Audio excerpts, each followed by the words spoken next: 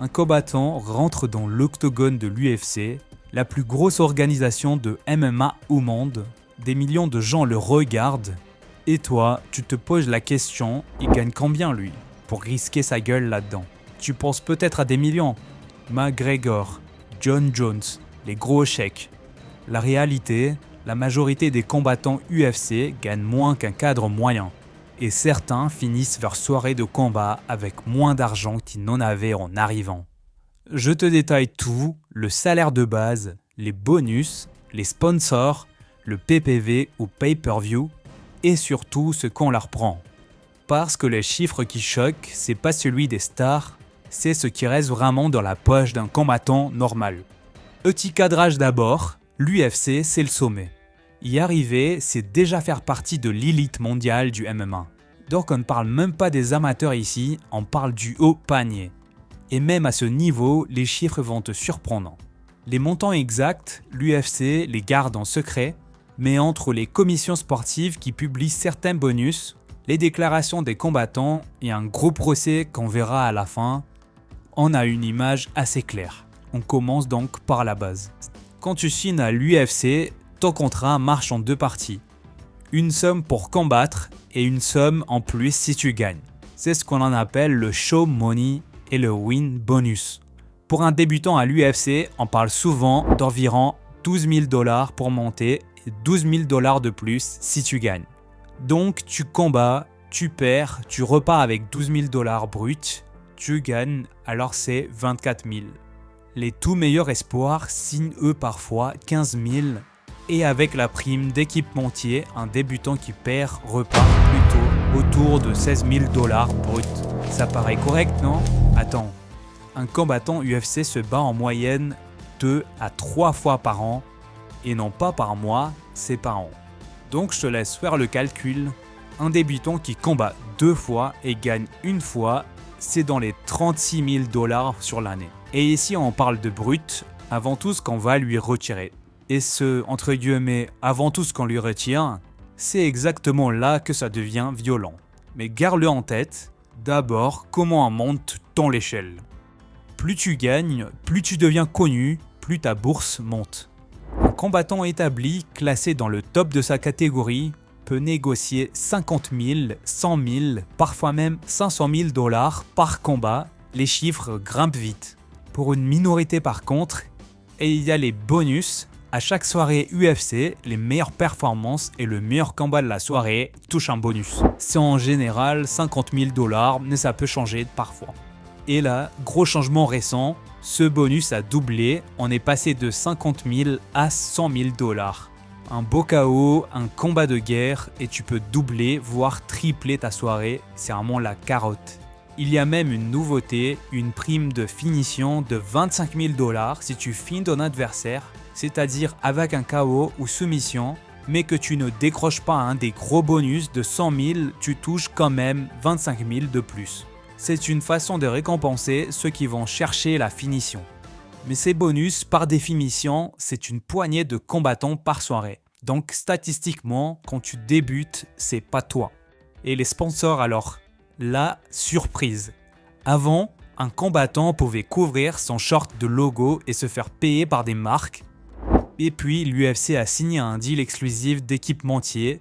Résultat, tu dois porter la tenue officielle et tu touches un montant fixe par combat, basé sur ton ancienneté et ton classement. Pour un débutant, on parle de quelques milliers de dollars par combat, de l'ordre de 4 000 $ pour un nouveau, et pour un champion, ça monte à plus d'une dizaine de milliers. Mais l'époque où tu remplissais ton short de sponsor perso pour toucher le gros lot, ça c'est terminé. Alors c'est quoi le vrai jackpot alors? Parce qu'il existe. Pendant des années, le vrai jackpot ça a été le pay-per-view, PPV. Aux États-Unis, les grosses soirées UFC, les gens payent pour regarder à la séance et une poignée de stars négocie un pourcentage sur ces ventes-là, un montant par achat. C'est ça qui a créé les chèques à plusieurs millions. Par exemple, Conor McGregor, dans ses grandes années, a touché des dizaines de millions sur une seule soirée grâce au pay-per-view. Mais combien de combattants avaient ce pouvoir de négociation? Vraiment une poignée. 5, peut-être 10, sur des centaines sous contrat. Pour les autres, Donc la quasi-totalité du roster, le pay-per-view ne rapportait rien. Et là, il faut que je te dise un truc, parce que ça vient de changer. En 2026, aux États-Unis, le pay-per-view, c'est fini. L'UFC a signé un deal géant, 7,7 milliards de dollars sur 7 ans, pour diffuser ses soirées sur une plateforme de streaming et à la télé. Résultat, plus besoin de payer combat par combat, tout est inclus dans l'abonnement. Fini l'époque où une soirée se vendait à des millions d'exemplaires à la séance. Et ça pose une vraie question, à laquelle personne n'a encore de réponse claire. Si le pay-per-view disparaît, qu'est-ce qui arrive au pourcentage que touchaient les stars? Ce fameux jackpot qui faisait les McGregor multimillionnaires. Son avenir est en suspens. Mais une chose est sûre, pour l'immense majorité du roster, ça ne changeait déjà rien, il ne touchait rien là-dessus.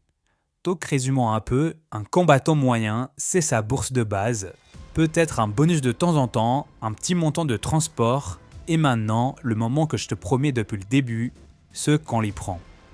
Parce qu'un combattant, c'est un travailleur indépendant, personne ne le salarie, et sur sa bourse, voici ce qui part.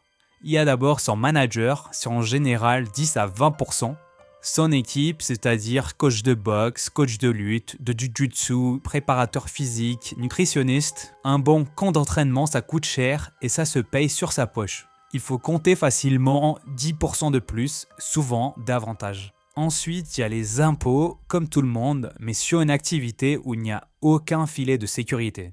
Et le camp d'entraînement en lui-même, 2 mois à s'entraîner à temps plein avant un combat, parfois en se déplaçant dans une autre ville, un autre pays, donc logement, nourriture, sparring partenaire, tout sort de sa poche, avant même de toucher sa bourse.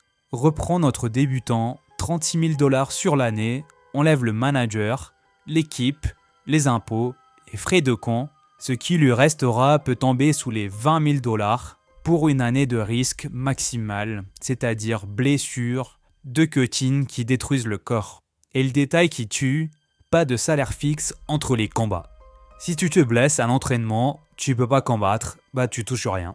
Car pas de combat, pas de chèque.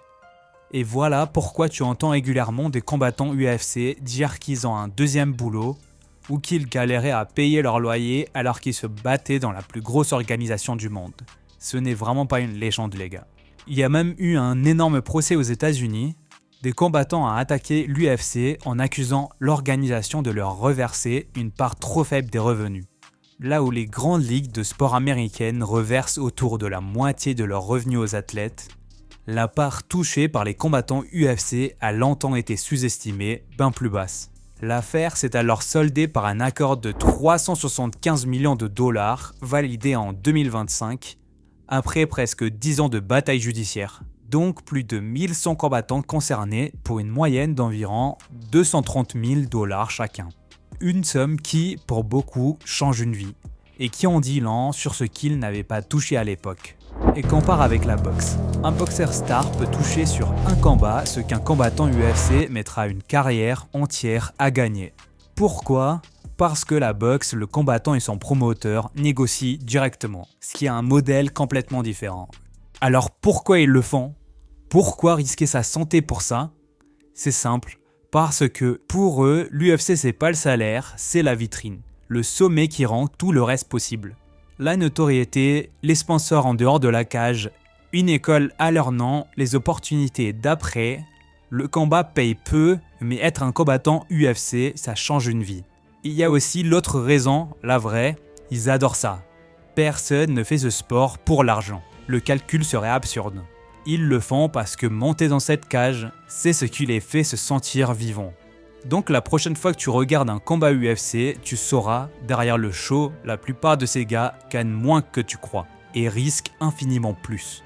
Dis-moi en commentaire, t'imaginais quoi comme chiffre avant cette vidéo, je suis curieux de voir ça.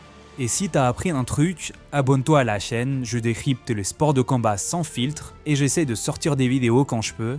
Merci à toi, à la prochaine, ciao.